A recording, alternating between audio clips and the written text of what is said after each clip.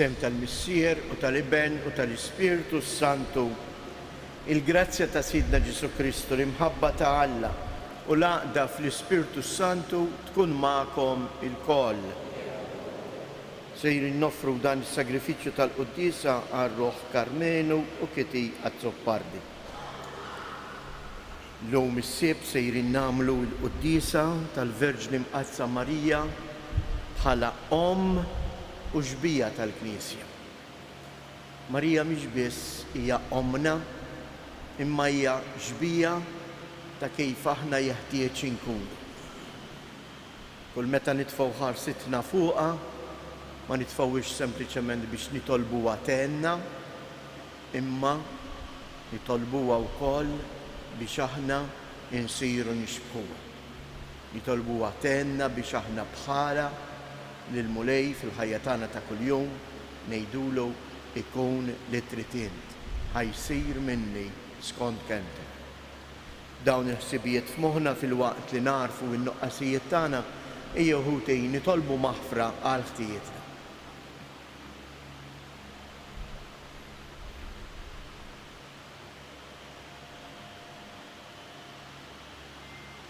Mulej ħniena, Kristu ħniena, mulej ħniena. Iħenna lina Alla li jista' kollox, jaħfrilna dnubietna u jwassalna għal ħajja ta' dejjem. Nitolbu. U Alla bħala ġbija l-aktar safja tas-seta u t-tieba tiegħek tiddi fil-Knisja l-Verġni Marija, l-aqwa u l-isbaħ frott tal-fidwa. Għamel li l-poplu tiegħek fil-mixi tiegħu f'din id-dinja dejjem iħares lejn il-Verġni Marija ħalli jaraf jimxi sew wara Kristu sakemm jasal għal dik il-milja tal-glorja li bil-ferħ kollu qiegħed ġa jara fil-Verġni Marija. Bibnek Ġesu Kristu Sidna li hu Alla u li miegħek jgħix u jsaltan flimkien mal-Ispiritu Santu għal dejjem ta' dejjem. Għalli mill-ewwel ktieb ta' Slatin. F'dak iż-żmien Elija niżel mill-muntanja tal-Mulej il-Ħoreb u sab l-Eliżew bin Safat waqt li kien qiegħed jaħrad b'12 il-żewġ gniedes qudiemu u hu kien qiegħed imexxi 12 il-wieħed. Resak lejh Elija u xeħed fuq il-mantell tiegħu. Dan ħalla l-gniedes u mar jiġri wara Elija jgħidlu: ħallini mmur insellem il-missieri u l-ommi imbagħad niġi warajk. Ħallu Elija, mmur u erġa' ejja għaliex taf x'għamiltlek jiena. Eliżew tbiegħet minnu, qabbad żewġ gniedes, qatilhom u offrihom sagrifiċċju u bl-għodda tal-ħrid sajjar il-laħam, qasmu lin-nies u kielu. U hu mar wara Elija u beda iservih. Il-kelma tal-Mulej inroddu ħajr il-Alla. Salm responsorjali ngħidu flimkien: Mulej inti s-sem tal-wirt u r-risk tiegħi. Ħarisni u Alla għax fik jien nistken, jienet lil-Mulej: inti Sidi m'għandix ġid ieħor ħliefek. Mulej inti s-sem tal-wirt u r-risk tiegħi, inti żżomm f'idejk xortija flimkien. Mulej inti s-sem tal-wirt u r-risk tiegħi. Imbierek lill-Mulej li tani l-fema, imqar bil-lejl qalbi tallimni, inżomm il-Mulej dejjem qudiemi, għax bih fl-eminti qatt ma nitħarrek. Hekk tifraħ qalbi u titenna ruħi u ġismi wkoll jistreħ fil-kwiet, għax int ma titlaqnix fl-imwiet, ma tħallix il-maħbub tiegħek jara l-qabar.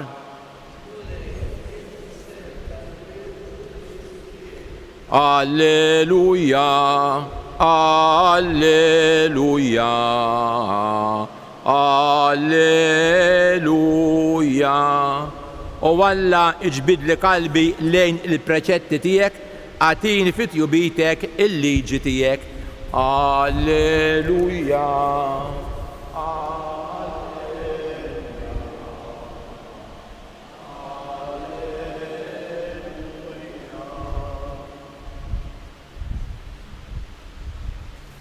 Il-mulej ma'kom. Qari mill-Evanġelju skont San Mattew. F'dak iż-żmien Ġesu qal lid-dixxipli tiegħu: Smajtu wkoll x'intqal lin-nies ta' dari, tonqos mill-weda li ħlift, imma rott lill-mulej il-wedijiet li ħliftlu. Imma jien ngħidilkom biex ma taħilfu xejn, u la bis-sema għax huwa tron t'Alla, u bla bl-art għax fuqha huwa jserraħ li ġrejħ, u lanqas b'Ġerusalemm għaliex hija l-belt tas-Sultan il-Kbir. U lanqas brasek m'għandek taħlef għaliex inti anqas biss xara waħda m'għandek ħila tagħmilha bajda jew sewda. Mela ħajkun id-diskors tagħkom iva iva, len len. Kull ma hu iżjed minn hekk ikun ġej mill-ħażin. Il-kelma tal-mulej.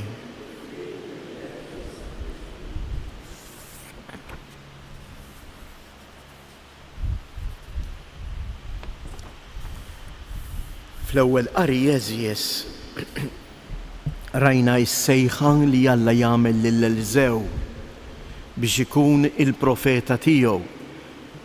Kelma profeta tfisser il-mibgħut, dak li ġie mibgħut biex mhux iwassal il-kelma tiegħu,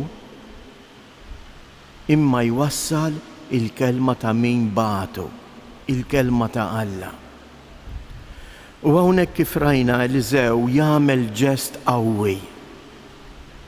Eliżew kien bidwi, u allura jaqbad il-moħħriet tal-injam li kellu, jqattgħu biċċiet u bih jużah biex jaħraq u jagħmel sagrifiċċju lill-Alla, biex ifaħħar lill-Alla, jirringrazzja lill-Alla u jitolbu jgħinu f'din il-missjoni li huwa sejjaħlu.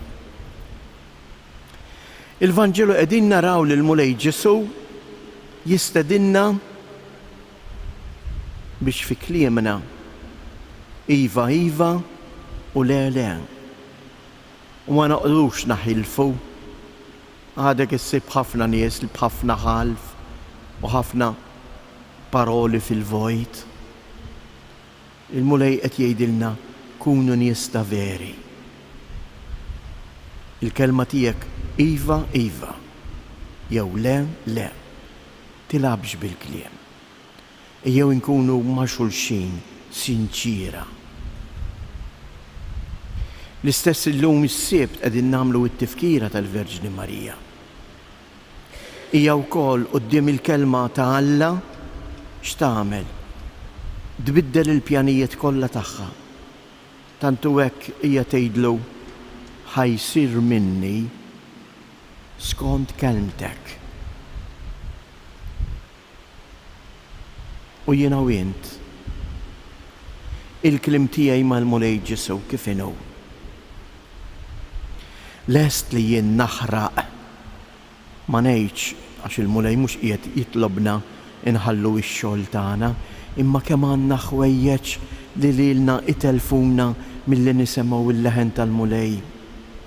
Lest li jien dawn il-ħwejjeġ li jibeduni xi kultant. U jibeduni mhux mill-mulej biss, imma anke minn martek, minn żewġek, mill-familjari, minn uliedek. Għaliex? Għax nagħtuhom ħafna aktar importanza għal dawn il-ħwejjeġ. Lest li jien naqbad bħala Eliżew u dawn l-ħwejjeġ kollha li jibeduni milli ngħix il-kelma naħraqhom intihom in-nar. Ħansemmi biss ħaġa waħda. Dak li mbierek mobile, il-mezzi soċjali. Kemm hu utli. Imma kemm hawn minna li qegħdin nużaw ħażin. Kemm qiegħed jisraqilna il-ħin tal-familja mingħajr ma nintebħu. Għalfejn illum flok nikkomunikaw ir-relazzjonijiet tagħna, niffaċċjaw il-xulxin, inħarsu lejn wiċċ xulxin u nitkellmu wiċċ imbiċċ. Illum le, illum ninħeba u nibatlek il-messaġġ taħt biċċa screen. Ejjew nilqgħu din l-istedina tal-Mulej Ġesu. Jekk irridu li r-relazzjonijiet tagħna jissaħħu, ejjew impoġġu lil Alla f'nofsna. U r-relazzjonijiet tagħna jissaħħu fuq il-verità. Fejn l-iva tkun iva u le ikun le.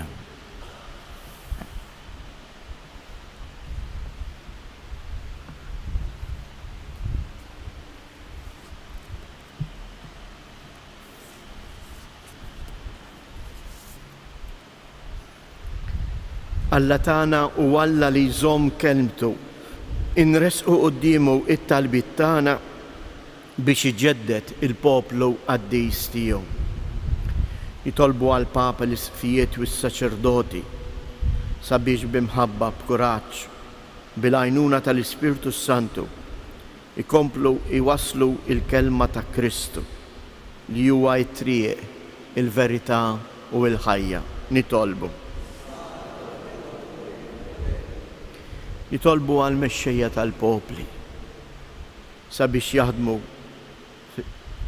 ħasseħ il-paċi fid-dinja. Ħadd inqeret kull gwerra li tant qed teqret ħajjiet innoċenti.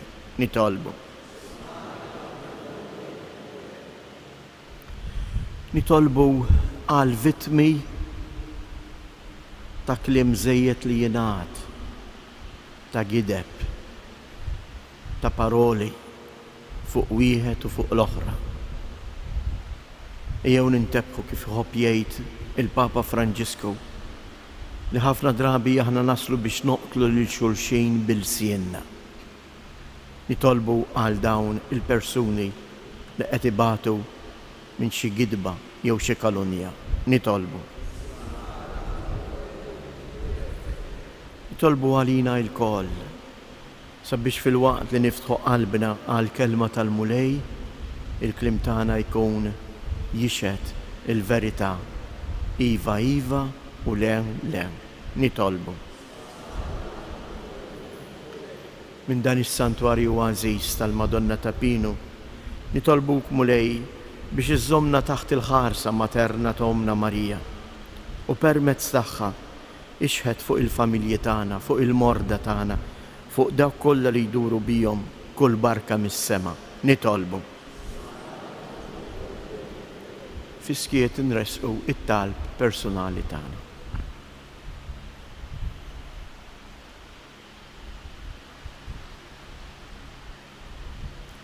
Mulej Alla tagħna, isma' nitolbuk it-talba tagħna u għatina li nkunu dejjem fidili għal dak li għamilna ma' ibnek Ġesu Kristu Sidna u li jgħix u jsaltan għal dejjem ta' dejjem.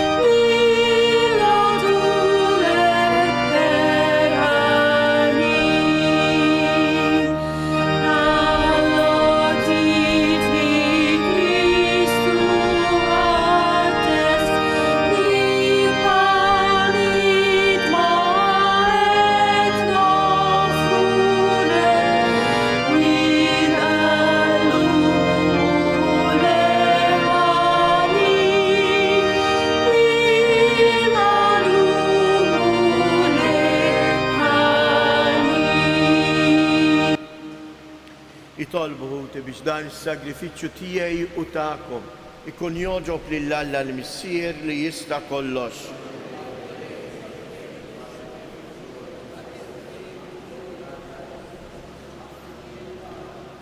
tnaddafna mulej l-offerta li għamilna lill-ismek u tagħmel li l-Knisja tiegħek minn jum għal ieħor dejjem aktar issir tixbaħ lil Kristu b'dak ix-xebħ li tara u tfaħħar fl-om glorjuża tiegħu u li jgħix u jsaltan għal dejjem ta' dejjem.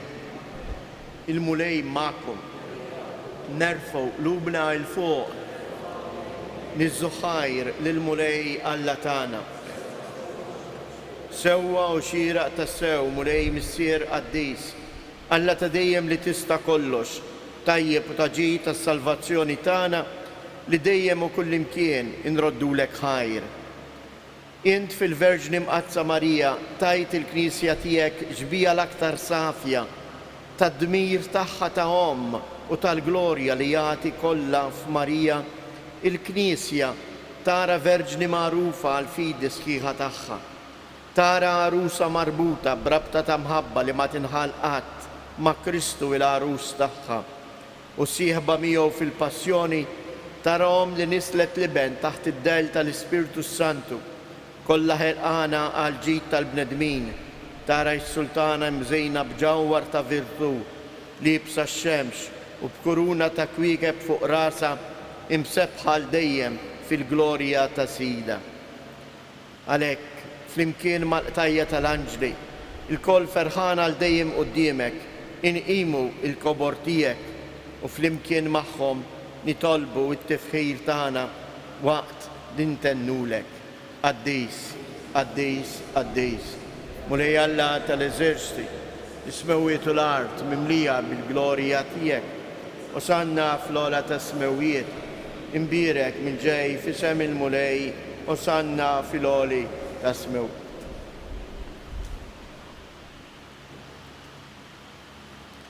Qaddis ta' sewint mulej inti lajn ta' kull qdusija.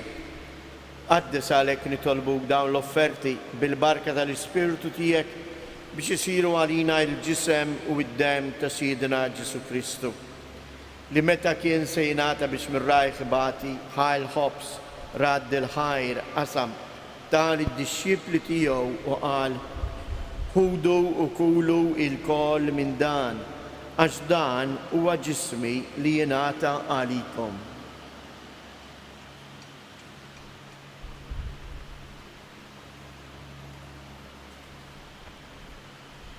Ekku koll wara dik laħal kalċi reġerad il-ħajr tal id-dixxipli tiegħu u qal ħudu u ixorbu minnu il-koll għax dan huwa l-kalċi ta' demmi tal-patt il-ġdid li jibqa' l dejjem.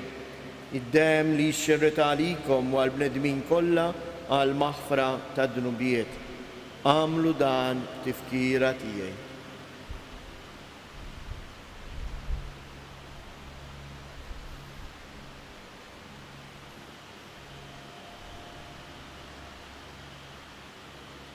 Danu il-misteru tal-fidi inħabru l-mewt tiegħek mulej.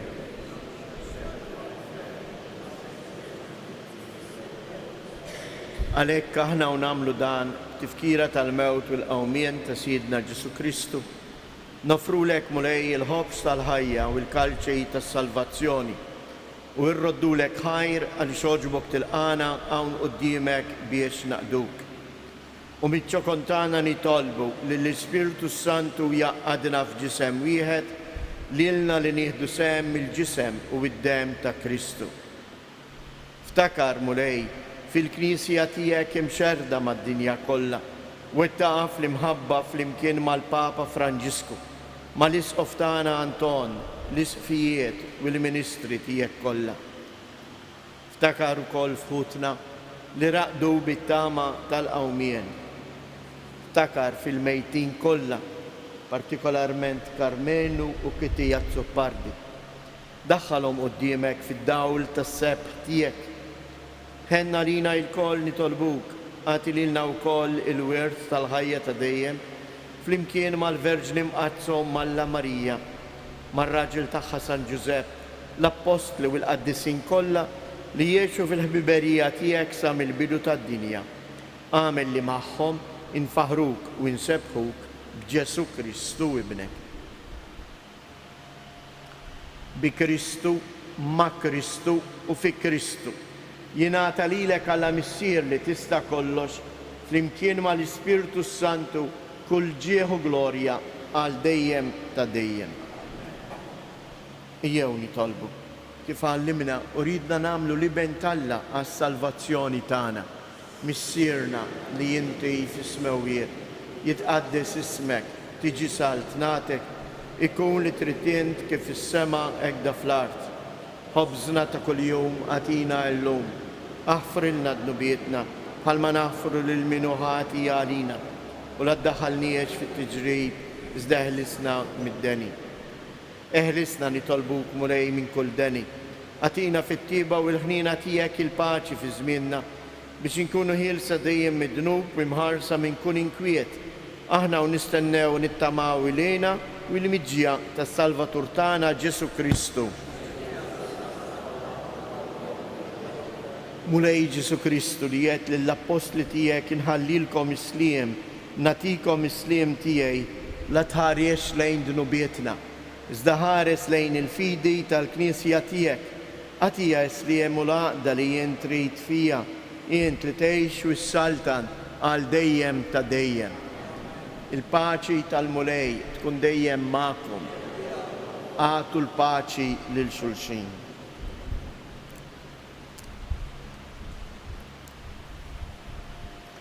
Ħaruf ta' Alla li tneħħi dnubiet tad-dinja ħenna għalina. Ħaruf ta' Alla li tneħħi dnubiet tad-dinja ħatina l-paċi.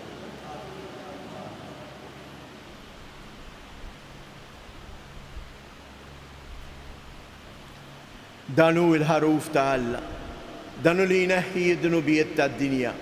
Ħen jindawk li huma mistiedna għall-ikla tal-ħaruf.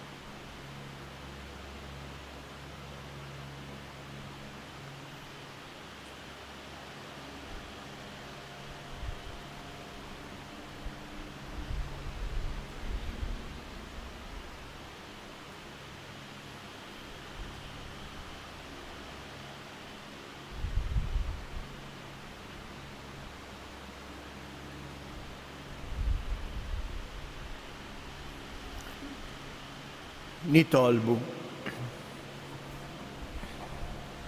Għamel mulej li l-Knisja tiegħek imwettqa bil-qawwa tas-sagrament tal-Ewkaristija tħaffef timxi l-qudiem fit-triq tal-Evanġelju sa ma tasal għad-dera ħinja tasliem li ġa qiegħda tgawdi għal dejjem il-Verġni Marija il-qaddejja ċkejkna tiegħek. Bi Kristu Siedna.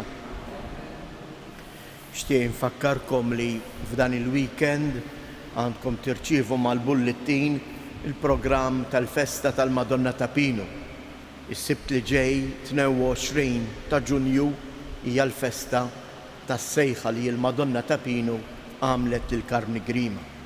Għandkom il-programm dettaljat mejn ma rċivihx jista' jiġbor kopja minn fuq il-mejda hemm-misfin.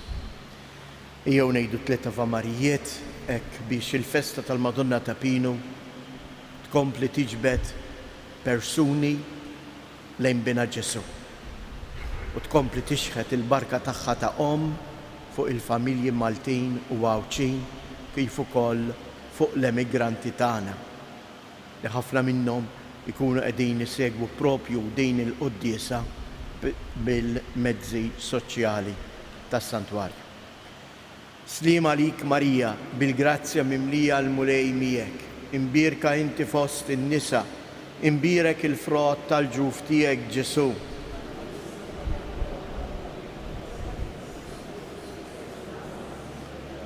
Sliem għalik Marija, bil-grazzja mimlija l-mulej miegħek, imbierka inti fost in-nisa, imbierek il-frott tal-ġuf tiegħek Ġesu.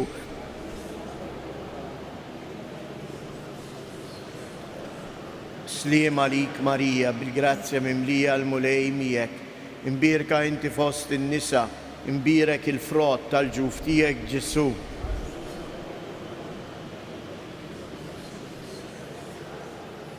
Madonna ta' Pinu, Sultana tal-familja, ħarstek fuqna dejjem żomm. Il-mulej ma'kom.